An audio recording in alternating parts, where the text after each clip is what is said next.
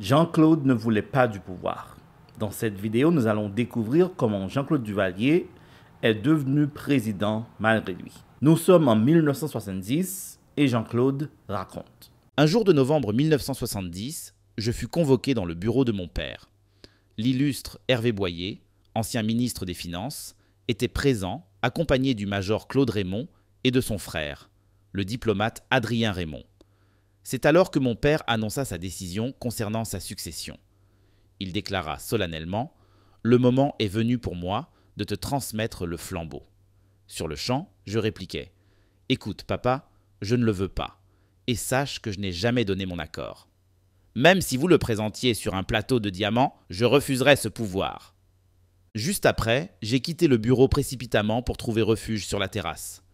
Les larmes coulaient sur mes joues. Conscient de ce qui m'attendait, je me sentais impuissant, incapable de réagir autrement.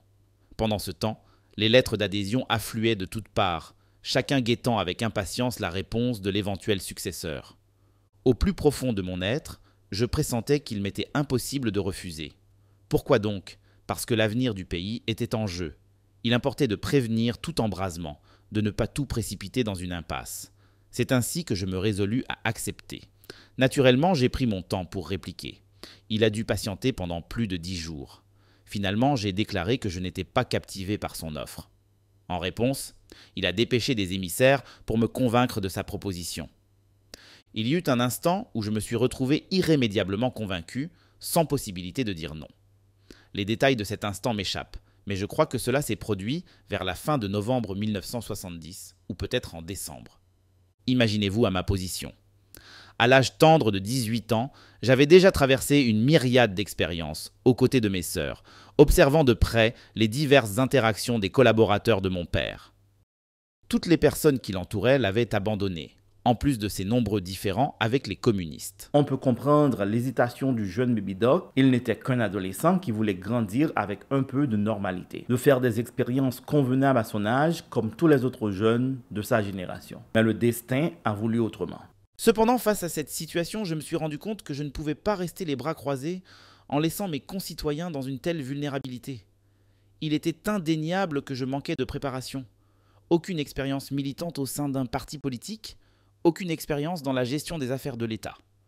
En ce mois de mai 1969, Duvalier défiait une fois de plus la mort en survivant un deuxième infarctus. Une image saisissante le dépeignait, appuyé sur les épaules du gouverneur de New York, Nelson Rockefeller, regardant par la fenêtre du palais. Lors de la visite de Rockefeller en tant qu'émissaire de l'administration Nixon pour évaluer la situation en Amérique latine et dans les Caraïbes, une photo fut prise.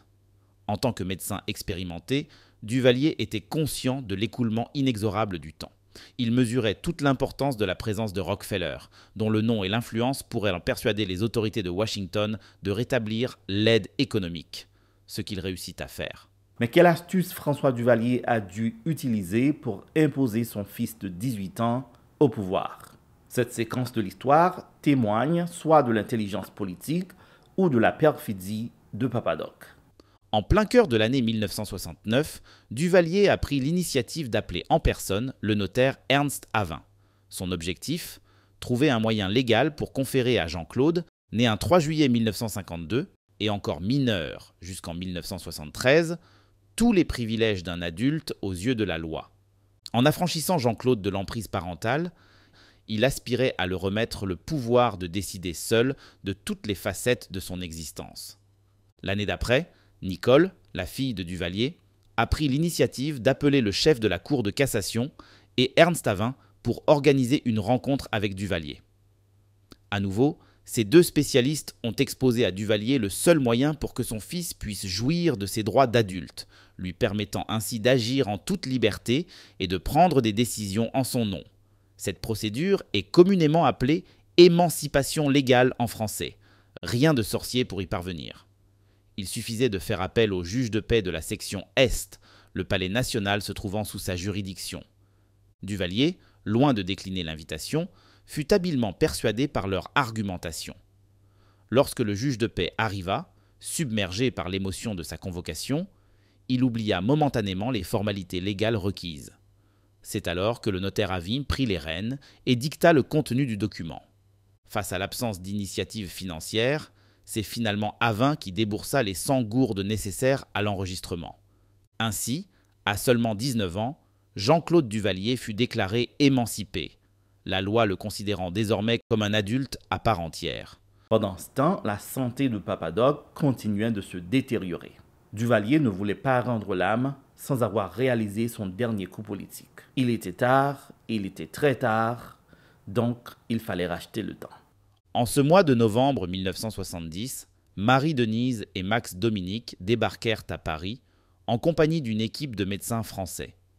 Duvalier, adressant ses spécialistes qui s'apprêtaient à l'examiner, leur lança « Accordez-moi simplement 6 mois, c'est tout ce que je vous demande. » Cependant, les médecins, tout comme Duvalier, étaient conscients des ravages provoqués par le diabète, notamment sur le cœur. En effet, depuis sa dernière crise, il avait perdu l'usage d'un de ses bras.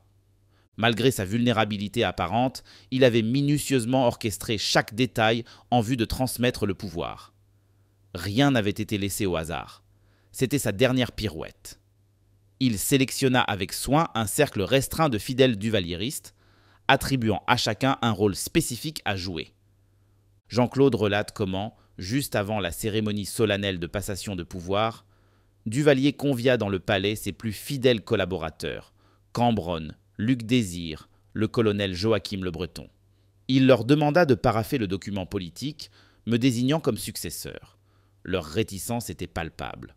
Aucun ne voulait apposer sa signature. Mon père, dans un élan théâtral, simula une détresse extrême, prêt à défaillir.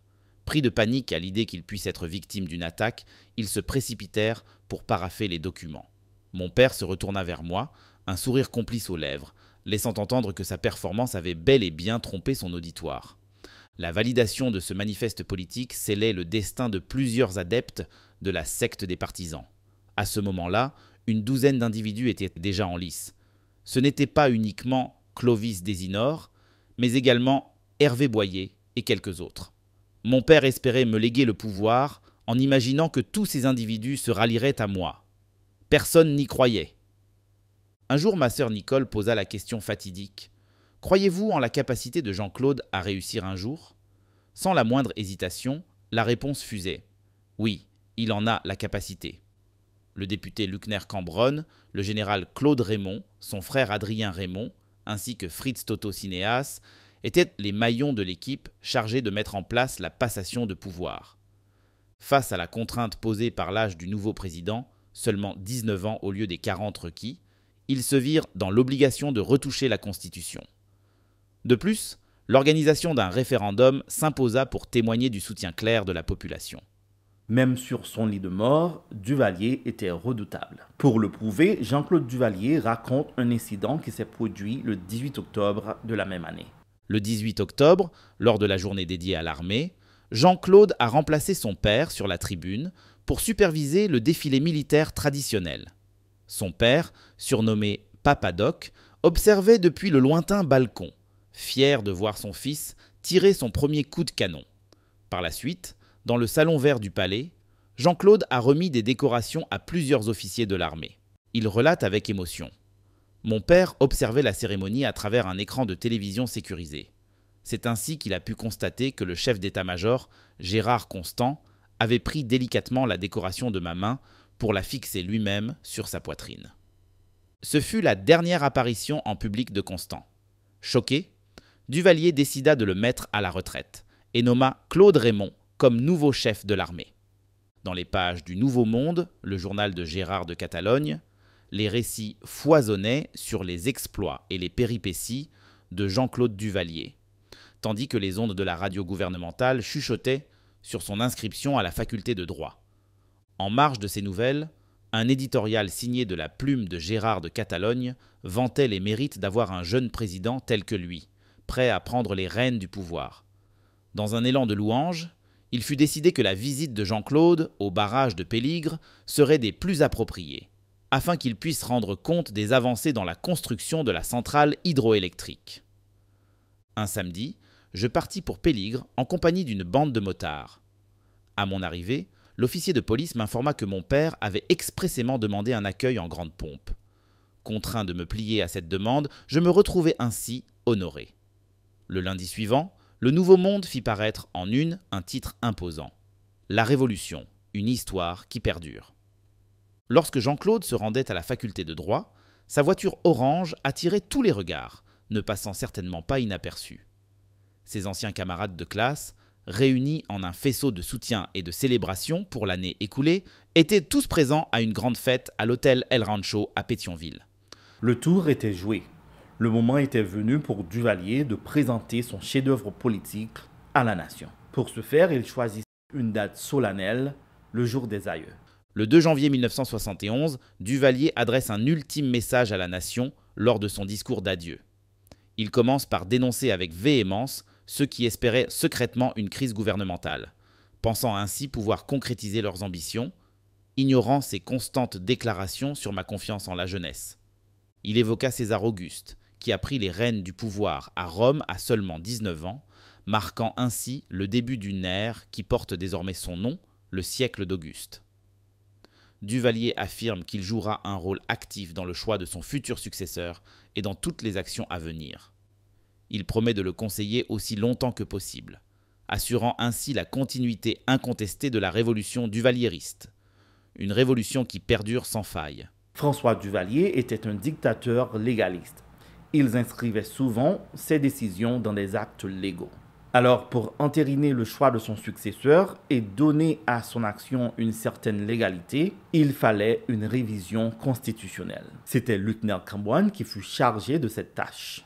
Après un intervalle de 11 jours, le 13 janvier, le député Luckner Cambronne soumit à l'Assemblée législative un amendement constitutionnel audacieux, celui de réduire l'âge minimum pour briguer la présidence de la République de 40 ans à 19 ans.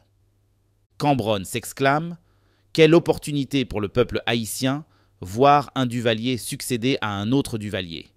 C'est une aubaine pour le peuple haïtien, un Duvalier prend la relève d'un autre Duvalier. » Les résultats qui ont émergé du référendum étaient les suivants.